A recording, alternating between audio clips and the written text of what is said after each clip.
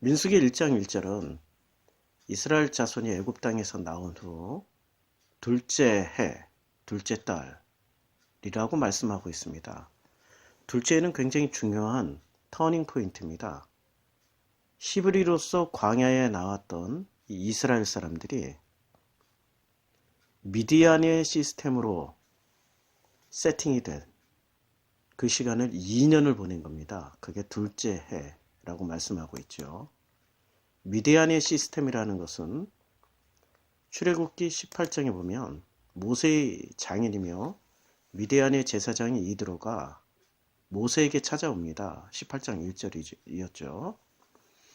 그래서 이드로가 모세에게 제안을 하나 합니다. 그것은 미디안 시스템을 전했던 거예요. 18장 21절에 보면 너는 또 온 백성 가운데서 능력 있는 사람들을 세우라고 이드로가 제안을 합니다. 그리고 우선순위가 능력 있는 사람들이었어요. 그리고 그 뒤에 붙은 것은 이제 하나님을 두려워하며 진실하며 불의한 이익을 미워하는 자를 살펴서 백성 위에 세워 천부장과 백부장과 50부장과 10부장을 삼으라 라고 말씀하고 있습니다. 얼핏 보면 굉장히 합리적인 내용이죠. 그런데 능력 있는 사람들을 뽑으라고, 그리고 그것을 설명하는, 부연 설명하는 말입니다.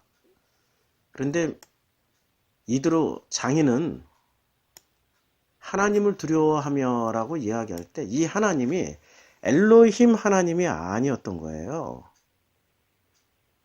미디안의 제사장입니다.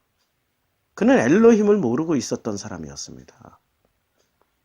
그냥 미디안식의 하나님을 두려워하며 이런 범신론적인 개념에, 다신론적인 개념의 하나님이었다라는 것을 명심하셔야 됩니다. 이 결과가 어떻게 나타났습니까? 2년째 되던 해에 가데스에서 12정탐꾼을 보냅니다. 12명을 보내는데 놀랍게도 10대 2로 이들은 하나님을 두려워하지 않았고 진실하지도 않았고 불의한 이익을 미워하는 사람들도 아니었습니다. 오직 두 사람, 여호수아와 갈렙만이 하나님을 두려워하고 하나님의 능력을 믿게 되었던 거죠. 그래서 민수기의 시작은 둘째 해로 시작을 합니다. 이스라엘 자손이 애굽 땅에서 나온 후 두 번째 해, 그리고 둘째 달에 여호와께서 시내 광야의 회막에서 모세에게 말씀을 하시는 겁니다. 그러면 왜 또 둘째 해는 이제는 이해를 하겠는데 미디안의 시스템을, 천부장, 백부장, 50부장의 시스템을 갈아엎어라 라는 말씀으로 그것이 얼마나 잘못됐고 얼마나 하나님을 신뢰하지 못하는 시스템이었는지를 그걸 알아차린 그런 시간이었어요. 근데 왜 둘째 달이 걸렸을까요? 모세가 가데스 바냐에서 처참하게 자신의 그 백성들의 믿음의 수준을 보게 된 겁니다. 무릎을 꿇고 기도했던 시간이 필요했던 거죠. 그게 둘째 달, 두 달이나 걸렸던 겁니다. 2달 동안 하나님 앞에 기도했더니 여호와께서 시내 광야 회막에서 모세에게 말씀을 하시는 겁니다. 그래서 하나님이 주신 시스템으로 미디안 시스템을 갈아엎어버리고 새롭게 재정비하는 그 장면이 민수기 1장에서 나옵니다. 출애굽기 18장에서는 능력에 따라서 라는 말로 천부장, 백부장, 50부장, 10부장을 세웠습니다. 그런 시스템이 아니에요.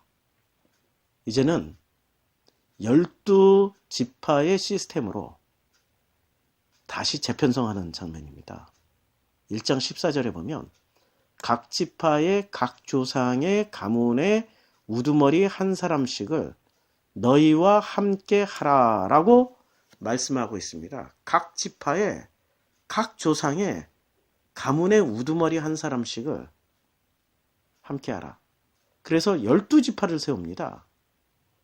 자, 5절에 보면 이렇게 되어 있습니다. 르우벤 지파에서는 스데울의 아들 엘리술이요. 시므온 지파에서는 수리삭대의 아들 술루미엘이요. 유다 지파에서는 암미나답의 아들 낫손이요. 이사갈 지파에서는 수알의 아들 느다넬이요. 스불론 지파에서는 헬론의 아들 엘리압이요. 출애굽기 18장과 뭐가 다르죠? 출애굽기 18장에서는 능력에 따라서 사람을 뽑는 겁니다. 히브리들 중에 능력에 출중한 사람은 1000부장 세우고 그 다음으로 출중한 사람은 500부장 세우고 그 다음에 출중한 사람들은 뭐 100부장, 50부장, 10부장으로 세우는 거죠. 그런데 민수기는 능력에 따라서 세우지 않습니다. 철저하게 아들 시스템으로 세웁니다. 수리삭대의 아들 술루미엘을 시몬 지파에선 세웁니다. 암미나답의 아들 낫손을 유다 지파에선 세웁니다. 철저하게 아들 시스템으로 가는 겁니다. 능력 위주에서 아들 위주의 시스템으로 가는 거죠. 이 아들의 위주는 굉장히 중요합니다. 창세기 5장이 전부 아들 족보 아닙니까? 아담은 셋을 낳은 후 800년을 지으며 자녀들을 낳았으며 그는 930세를 살고 죽었더라. 셋은 105세에 에노스를 낳았습니다. 아들을 낳았던 거죠. 창세기 5장의 족보는 철저하게 아들 족보로 이어집니다. 낳고 신약의 마태복음의 족보도 낳고의 시스템 아닙니까? 민수기가 드디어 능력에 따라서 세웠던 1000부장, 100부장, 50부장의 시스템 갈아 엎어버리는 겁니다. 이제는 아들 시스템으로 만드는 거죠. 그래서 이 민수기에서 중요한 어떤 혁명적인 변화가 일어나기 시작합니다. 이 혁명적인 변화가 일어났던 계기는 가데스 바냐 사건입니다. 미대한 시스템으로 만들었더니 12명 중에 10명은 우리는 메뚜기입니다. 우리는 저들의 밥이 될 겁니다. 싸워봤자 안 됩니다. 하나님을 신뢰하지 않은 고백이죠. 합리적으로 본 겁니다. 능력, 자신들의 능력과 그들의 능력을 비교 분석하는 데는 탁월했습니다. 그러나 신앙심이 없습니다.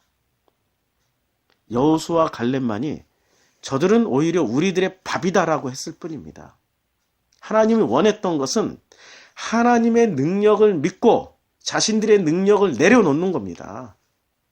그런데 미디안 시스템대로 만들어졌더니 자신들의 능력을 중심으로 해서 판단한다는 거죠. 잘못된 겁니다. 그래서 민수기 1장은 다시 개수하게 만드는 사건이 나옵니다. 시스템을 다시 만드는 거죠. 그래서 민수기 1장에서는 철저하게 아들 시스템으로 만들어 나갑니다. 그래서 아들이 돼야 되는 겁니다. 그래서 성경에서는 낳고의 족보가 창세기부터 신약 성서까지 계속 이어지게 되는 겁니다. 이제 아들이 되어서 이제는 미디안 시스템이 갈아엎어지고 여호와의 시스템으로 만들 때 우리 성도님들이 이제는 지파장이 되고 지파장의 그 아들들을 낳는, 그리고 또 그 아들들이 또 그 아들들을 낳아서 한 지파를 이루는 그러한 시스템으로 만들어지고 완성되시기를 주님의 이름으로 축원합니다.